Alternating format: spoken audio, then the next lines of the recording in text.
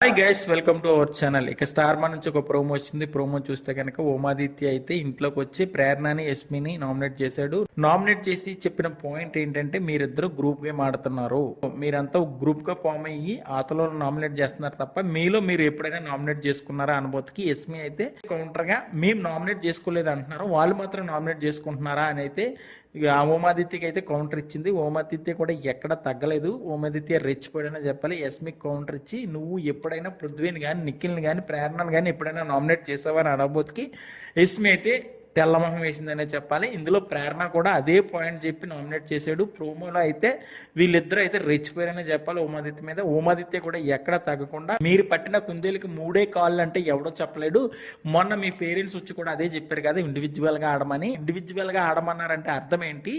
Group game ఆడకండి అమ్మా, group game ఆడితే మీరు బయటకు వస్తారని చెప్పి కదా అని ఓమాదిత్య అయితే లెఫ్ట్ అండ్ రైట్ ఇచ్చుకున్నాడు ప్రేరణకి అలాగే యస్మికి కూడా.